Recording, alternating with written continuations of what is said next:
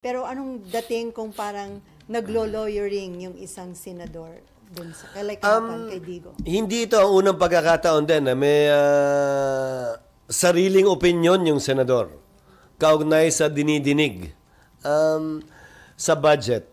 Di ba? Pag tinatanong yung budget, may sariling opinyon siya na may ginawang mali yung ahensya. Bawal ba yun? Hindi naman. Lalo na sa kasong ito kay Senator Bato. Dahil PNP chief siya nung dati, nag-Davao Chief of Police siya, at siya yung gumawa ng double barrel memorandum. Sabi ko nga sa kanila nung pagdinig pa lang, our understanding will be this. Anything you say in the hearing with personal knowledge. Di ba kasi nagsabi siya hindi ko ginawa yan. Hindi yan ang ibig sabihin ko. We consider that you're saying these things on your oath as a senator.